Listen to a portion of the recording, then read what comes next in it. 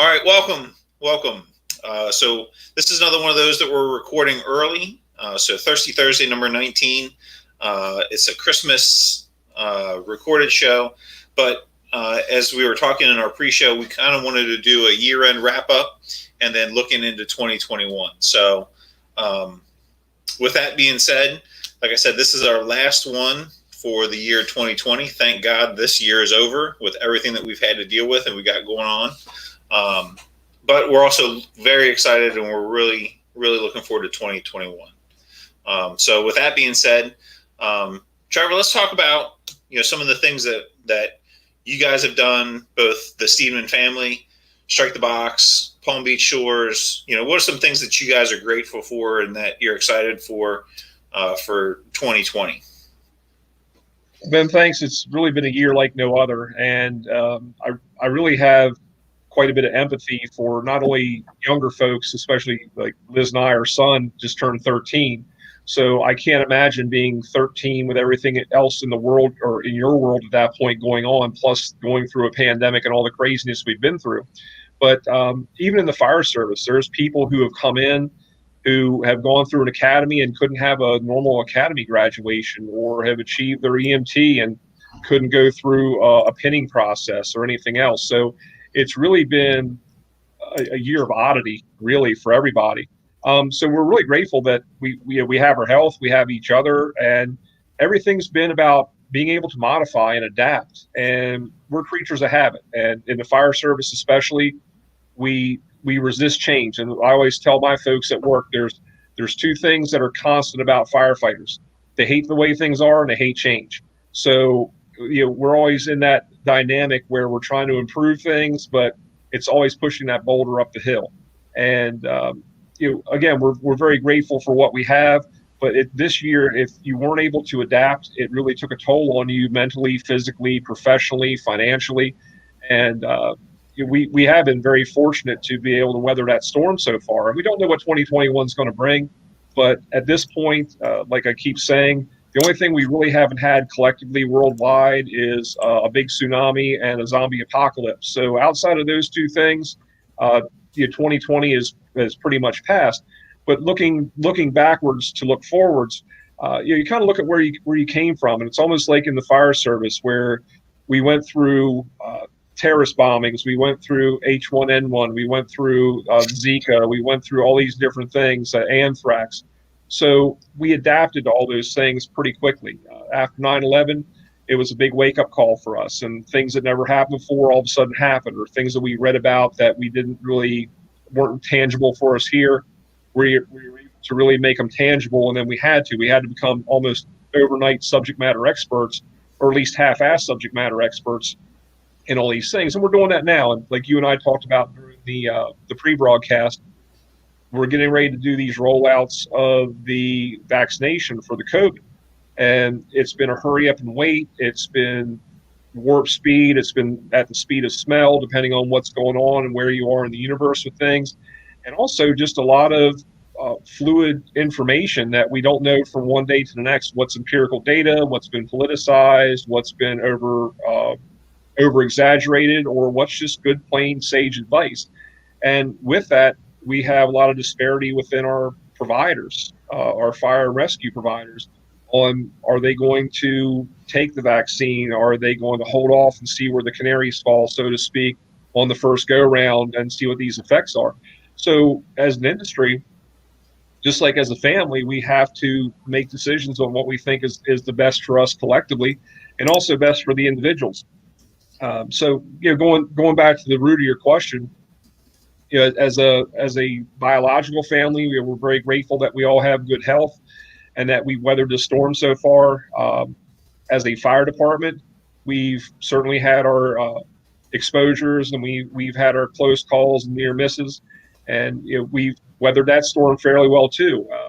One thing before we go any further, I just want to really ask people who are viewing this to keep the guys in Wichita in your thoughts and prayers. They had 4 brothers who were injured out there. It was last night, I believe, on a working residential fire looking for a trapped victim.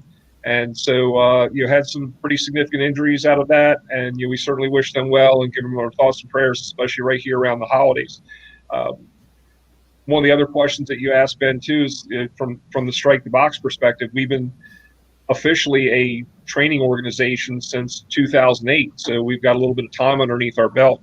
And there's been a lot of changes since then. And one of the main reasons that we even initiated the process of having a formalized training organization was to bridge some of those gaps. And we looked at deficits in our own training, and we looked at some of the things that the state fire colleges or some of the other commercial entities couldn't provide for us. We had some close calls, and so this just wasn't right. So we wanted to do some good street level training, and there's great organizations out there. Certainly, we're a little bit biased as Strike the Box, but we're looking at the folks like Herbie and the brothers over there at National Rescue. They put out good quality training. There's so many around the country, and there are some others that are throwing up shingles and wanting to do the whole training thing, which is great. But it's bringing that credibility to it and sharing that information and being able to take your experiences, good, bad, and different, and pass them along. Plus, add what you were trained to do, what you were never trained to do, but then you were forced into serving, and combining all those things to try to make sure that we put a good product out there and that we share this with our brothers and sisters in the industry. So one of the things I want to ask people, and I'm going to ask you to speak on this too, Ben, is what are your resolutions for 2021? And we all make the New Year's resolutions, and typically by January 3rd, 4th, we've fallen off the wagon a little bit. But what are some things? What are some goals? Instead of making that resolution that you may or may not keep, what are some of your goals for 2021 in the fire service? And take the whole COVID mess out of things, but in your world, what are some things, Ben, that you're going to look forward to in 2021 that maybe you either didn't have the opportunity to do, or you haven't taken the opportunity yet, but you want to put that on your priority list for professional development? Yeah, absolutely. There's a lot of great stuff there, Trevor. I think one of the big things that we're excited for is on a personal front. Nice, looking good. On the Waples home front, we're welcoming at some point, anytime now, a brand new girl to the family. So we are certainly excited for that. Her initials are HLW. Currently, it stands for Homegirl Waples. So we're excited for that. So that is one thing that Rachel and I are just extremely excited for. In the fire service with Strike the Box, it's one of those things. What is going to make me better as an instructor for Strike the Box? What's going to help me better, to do what we're doing here? So, looking at, hey, what kind of technology stuff can we do to make our presentations better? What kind of stuff can we do to get out there more, to teach more, to get out and share our experiences with more people? And I know Trevor and Bobby and I, we have talked about Strike the Box going back to Alaska for the Alaska Fire Conference and looking at that and doing that kind of stuff, because that's what it's all about. It's providing that quality training experience that Trevor had mentioned, when they were looking at developing Strike the Box and kind of filling the gaps of, hey, this is what we're seeing. This is how we're trained. So how do we fill that space in the middle? And sharing our experiences. That's what I've been, when I first talked to Trevor about doing all this stuff, he said, we're not the kind of people that are going to go out and this is how you should do it. This is the way it should be done. We Strike the Box is sharing experiences. And I've said it for months now, and I'm sure Trevor and Bobby, even though Bobby couldn't be with us tonight, are getting tired of hearing it, but truly honored and humbled to be a part of one Strike the Box in the beginning out of all of this, and then to be a part of 19 Thirsty Thursdays. We started, I have a spreadsheet up. We started on March 12th, was our first Thirsty Thursday. It was about 30 minutes where Bobby, Trevor, and I were just kind of chatting about Strike the Box, training, the importance of all of it. And we've gotten to talk with some awesome people like Ray McCormack, Mike Wood, Bobby Halton, Rick George, Eric Olson from Ocean City. I got a whole list of people here of people that we've had wonderful conversations with to do this. So to continue that forward, I want to go and I want to take some more professional development classes. I want to go to some conferences and get some more experience and more exposure around other things. And then I want to, Salisbury's in the process of setting up a promotional process. So I want to compete in that, and I want to smoke everybody else that's testing. So we're a combination department.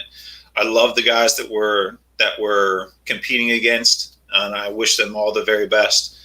Some of them, it affects a paycheck for them. So I want them to do the very best that they can, but at the same time, I want to beat them, just because that's how it should be. I want to work with them as we go through the process, but at the end of the day, when they come out with the list, I want to see Ben Waples #1, because that's what I want. Not to take anything away from them, not to say that I'm, this amazing person, but that's what I want. Is it going to happen? I hope so. But I've got some really stiff competition, but that's how you should go into every promotional opportunity, is that you're going to beat everybody else. You have to have that confidence. You have to put the time in. You have to put the work in to make sure that when it comes out that the results can reflect the work that you've done. So that's what I'm looking forward to. 2020, we'll put that in the past. It's been a great ride. It's been a weird and interesting ride. You look at holidays that you've had to do differently because your parents are older or vulnerable population, this thing we call physical distancing and all that kind of stuff. The whole pandemic only comes around once every 100 years. And of course we get it. So glad to see that go, but looking forward to 2021. So. And Ben, very, very well said with a lot of things. And I agree with you wholeheartedly, and congratulations in advance on the arrival of baby girl Waples. I know y'all are going to be fantastic Thanks. parents, and it's exciting and terrifying all at the same time. And like we were talking about during the pre-broadcast, our son just turned 13 years old, and it's just it's a new brand of terror and horror and excitement at the same time. So great stuff. But I look back at my fire service family and at what an integral part of our biological family that all these people are. And just like we talked about on the previous Thirsty Thursday, I've got one of my guys working Christmas Day. He's covered till noon, and everybody's stepped up, done the right thing. The people who don't have young kids are saying, hey, look, these are things that happen by edicts or general orders or memos. It's that it's that brotherhood in the fire service, I know I've gone in and worked for my folks so they can go and take off, and if nobody was available to cover them and they need to go to a kid's ball game or recital or whatever the case is.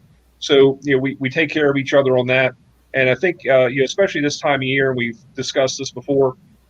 We got to remember our families, our families at home, our fire service family, and don't forget the retiree families too, because sometimes you feel a little bit, I think some of those guys feel a little bit lost, and it's just that they're thought about and appreciated. We're standing on their shoulders. They built a lot of our departments. They suffered a lot of the slings and arrows so that we can have what we have today, whether it's apparatus, turnout gear, policies. Some policies are named for some of those individuals, so we'll leave those alone. We'll leave that go. Yes, and as we talked about, Brother Hickman being responsible for pages 7 through 19 of the Human Resources Manual, but which is impressive. Oh, it is, and if he had worked a little longer, I'm sure he would have had his own chapter. Yeah. Yeah, but I mean, I look at all these folks, and just like what you said, Ben, in the competitive process for promotion, at the end of the day, we're all fighting for the same team. And in one of the classes that we teach through Strike the Box, the 360 leadership, we put a graphic up of the back of a turnout coat, and it'll say Acme Fire Department and then J Doe at the bottom. And we said there's 2 names on the back of your turnout coat. Who are you there for? And that gets people thinking a little bit. So, the city, the municipality, the town, whoever we're serving, those are the people we're serving. And actually one of our, dear brothers and Salty Dog fireman and lifelong instructor, certainly one of my mentors, Skip Carey. I think he said it the best. And he said, those two names on the back of the fire coat. So when you go to work, the people that you're serving are at the top of that coat. The people that you're working to go home to safely at the end of that shift is at the bottom. And it's like, wow, that's a really another really poignant way to look at that. Mm-hmm. And we look at people like that in our industry. I mean, the people like the Skip Carys, the Donald Fishers, the Donald Records. I mean, the list goes on and on and on. And sometimes as the sands of time go on, I was talking to somebody the other day back in Ocean City about some of the training stuff, and just kind of kidding with them. And it was nice and flattering to hear, oh yeah, you started some of this, and this program that you initiated way back when is still doing this, or we've been able to take it and from where it was to here. That's great to hear. And maybe one day they'll name a Connex container at the academy after me or something, or a bathroom stall. Who knows? But but it's those things where don't forget the contributions of the people who've come before you, regardless of if they had glitter crap on their collar or whatever color front piece they had. Mm-hmm. Everybody contributed to something along the way, or was on that call that's part of your history. So I think from a historical perspective, especially we look at Christmas and we look at the historical perspective, and some of the things that where we look at our blessings and what's brought us together and what's really built us in some of the things. We really need to look at that as well in the fire department. And I think it was Billy Carey who had mentioned in one of the pictures you had posted, it's like, wow, I spent a lot of time in that room as a kid.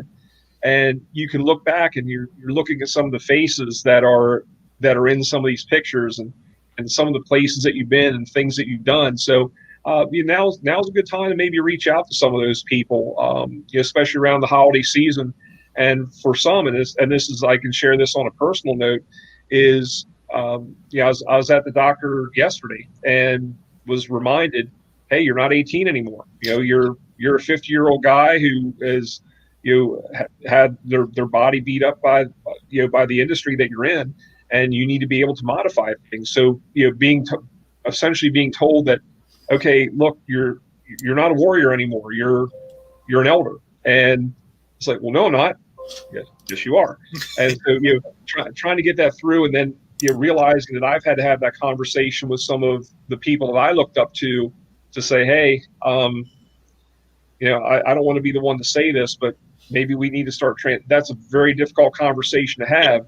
So I just hope at one point that we all realize that we're going to transition from warrior to elder, and that doesn't mean that you're going to be back there making sewing beads on something. That your contributions should be recognized, and I really feel that we need to do a better job of that with the people who are here now, because after a while their contributions, I don't want to say they get lost, but some of the experience they have and the things they can still contribute to this day, we squander that by not reaching out to them and saying, hey. And we talked about bringing some of those people on this show, in the not too distant future, to talk about some of those things. And I saw some things from the Smithsonian where they would have soldiers from the Civil War that they actually recorded their voices and their stories before they had passed, and somebody had the intuitiveness to say, wow, this is a part of our history that we don't want to lose. They would take Indian chiefs from these different tribes that now they're completely configured differently, and they would record them and put that in the archives for future generations to learn from. And it's really something that in the fire service we could do also. And in this day and age of technology, and some of you guys in Ocean City would probably remember this guy. His name was Dick Hunt, and he was a retired DC firefighter who came down to Ocean City, joined the volunteers. Most days you could find him up at the American Legion Hall he drank some horrible, it wasn't even Budweiser. It was like 5 steps below Budweiser. No offense, Ray, I know you love Budweiser, but he was at these massive fires, back in the 1920s and 30s, and ones we read about as case studies, and this theater fire, this massive warehouse fire, and we would sit around like little kids at a campfire, and we're like, hey, Dick, can you tell us about this, such and such theater fire? And he had a very unique voice that was so funny, and he couldn't hear hardly at all. And it was great because after a while he would say, "All right, boys, story time's over. I got to go get a beer." And he always had a little quip for you. And I'll end on this, Ben, before I pitch it back to you. The guys were sitting around, and we had story time with Dick Hunt in the day room at headquarters, and the EMS crew, a paramedic one, got dispatched out for a heart patient with a malfunctioning defibrillator. And Dick, again, he could barely hear a thing because he was from the day where you rode the back step, air horns, everything else, and the tones dropped, and paramedic one responds such and such location for a malfunctioning defibrillator. He goes, "Jesus Christ, they'll send you boys on anything." And they're like, "What do you mean?" Dick goes, "A malfunctioning refrigerator? That's bullshit. Why are they sending you?" Like, no, a malfunctioning defibrillator. Oh, that's even worse. He was just a hysterical individual, but the knowledge that this guy had, and he was a backstep fireman. He wasn't an officer. He wasn't a chief. He wasn't nothing. He was an ass in the grass backstep fireman in Washington, D.C. in like the late 20s, 30s through the 40s. And he was just the salt of the earth. Where could you ever hear some of the stories this guy has? You could read about it, but just to hear this guy relay it, from voice to your ear, was amazing. And he had passed away from cancer probably a couple of years after that, but just such a unique individual. So as much as we can reach out to the people's shoulders that we're standing on, the fire service, and kind of look back at literally we talk about the ghosts of Christmas past, present, future. That's what we need to be looking at the firehouse. Look at those spirits from the past, who we're cultivating now, and who's going to be those people that are taking us into the future. Yeah, I couldn't agree with you more. We have to do a better job of reaching out and maintaining those relationships with this. There's not going to be like a Janet Jackson wardrobe malfunction, is there? No, this is more like a James Brown wardrobe change, but it's just the hats. Okay. That's all I got. I just had the three. That's it. Okay, cool. I feel safe now. But we have to do a better job of maintaining those relationships and that communication with our retired members, because they, again, like Trevor has mentioned, they've done so much for our departments. And when they go, sometimes they come back and you've got new people there. They might not even know, like, "Excuse me, sir, can I help you?" And I think we've talked about stories like that before. These retired members. It happened to you, Trevor. Yeah. So, and that's not even that long ago. No, it's not. And I want to be very clear with this. It's not just retired members on the career end of the spectrum. Yeah. Look at people in the volunteer end. Ocean City, Salisbury. I still look at people who are very active today. Mike Hastings, Uncle Ike. Mm-hmm. The guy was certainly one of my mentors. Was one of the people who raised me in the fire service. I learned oodles from this guy. Certainly just a phenomenal firefighter. I had the privilege of serving not only for him as a firefighter on his crew when he was a captain, but I had a chance to serve with him when he was an assistant chief and I was at the same time. And that was just very surreal for me, but it was just such a honorable opportunity. I look at people like that, and people like Donald Fisher, who a very quiet and unassuming man, but just super intuitive when it came to the fire service. And you've got your Roger Stegers. We go on your Donald Records. I know he served on the career end, but look at the people in your volunteer organizations who really established some of these, or the reason that you are doing what you're doing today is because of them. And the list goes on and on. I'm certainly not narrowing it just to a few individuals, but you look in your own organization, whether it's a past member, a retired volunteer member, or retired career member, and I think even in Delmar, just not too far from you, mm-hmm. there's a lot of legacy there as well. Yeah. And I remember the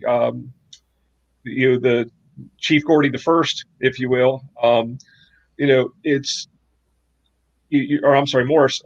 Sorry, I'm getting my departments mixed up, but you look at the one of the chiefs up there is the son of a previous chief. That his father was one of the people who first was doing instant command before instant command was really a big deal. Because I remember Delmar had two dueling house fires one day, one on such and such street, the other on like East Street. And he goes, okay, this fire here is going to be designated as such and such command, and it blew everybody away. And this is a volunteer based department, and it's like, wow, and they're ahead of the curve. So you got people like that who not only affected their own individual department, but really established something for a region, And I'm sorry, I'm having brain cramps because I guess it's Morris. What's Joe Morris? Thank you. Okay, sorry, it's the hat, but yeah.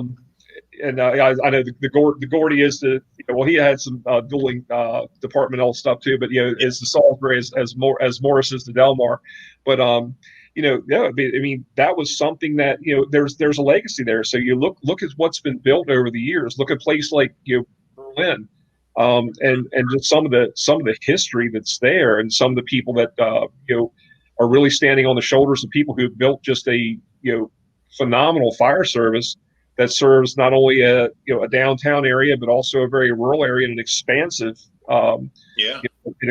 first due. So you really don't just look at the career service as far as retirees. You look at also within your own volunteer service, and even in my department, we make sure that we reach out because we have a lot of widows, and some of these are in Our Lady's Auxiliary still. And I mean, I don't have very much time in my department. I have less than 5 years in my new department. So, I've tried to learn who some of these people are. And as we have some issues come up, to say, okay, hey, let's check on this person or that person. Because I had one, we actually named our Firefighter of the Year award after her father. One of our Ladies Auxiliary members, I came to find out a few years ago that her father was one of the first chiefs of Palm Beach Shores. Not only that, but he was instrumental in actually creating the department back in the day. Wow. And they didn't have a really good written history of everything. A lot of it was word of mouth. So trying to put that together. So it's like, what? We need to memorialize this. And so, our Firefighter of the Year award is the William Ernst Firefighter of the Year award to recognize a pioneer for the department. I never met the man, but he's been long since gone. But the contributions need to live on somehow.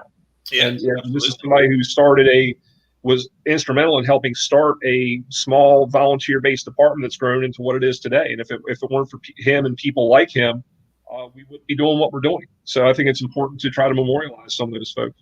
Yeah, absolutely. So, well, we're going to wrap it up. So as you guys can see across the bottom of the little banner there, what are you thankful for in 2020? What are your goals for 2021? So when we post this, it's going to go up on Thursday, Christmas Eve. We'll post it sometime that day, but please share with us in the comments below, either on Facebook, YouTube, or we're trying to send it to Instagram, send it all over the place, but share with us what you guys are thankful for, what your goals are for 2021. Some things coming from Strike the Box. Again, we're going to continue our Thirsty Thursday tradition every other week. Our next live broadcast will be January 7th, 2021, with Chief Kurt Isaacson from Escambia County, the battalion chief up there, is running county fire tactics in the 850 Firemen. So if you're interested, go check him out. A lot of really great stuff coming out from there. Is doing a great job with that organization. So really excited to have him come on.